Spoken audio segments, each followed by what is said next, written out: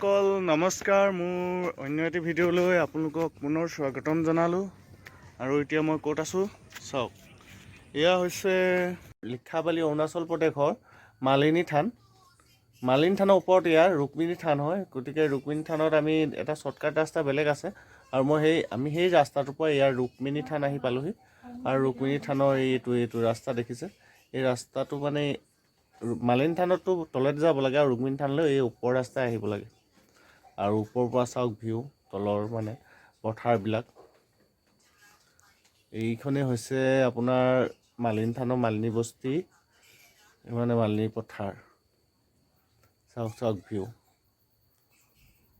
আৰু আপোনালোকেও আহিলে বেলেগ এটা ৰাস্তাই মালিনী থান আহিব পাৰে, ৰুক্মিণী থান আহিব পাৰে মানে। আৰু এটা ৰাস্তা আছে তলৰ পৰা, তাৰ পৰাও আপুনি মালিনী থান হৈও আপোনালোকে আকৌ এই থানলৈ আহিব পাৰে, এই ৰুক্মিণী থানলৈ। এয়া হৈছে ৰুক্মিণী থানৰ মন্দিৰ, আৰু এই মন্দিৰতে মানে ৰুক্মিণী শ্ৰীকৃষ্ণই ইয়াতে এদিন থাকিছিল, মানে ৰুক্মিণীক যেতিয়া পলুৱাই লৈ আহিছিল।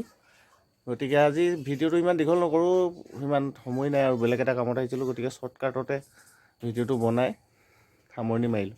গতিকে চেনেলটো যদি ভাল লাগিছে বা চাই কিবা ভাল পাইছে, ছাবস্ক্ৰাইব কৰি থৈ দিব। পাছলৈ আৰু ভাল ব্লগ আপলোড দিম, গতিকে চাব পাৰিব।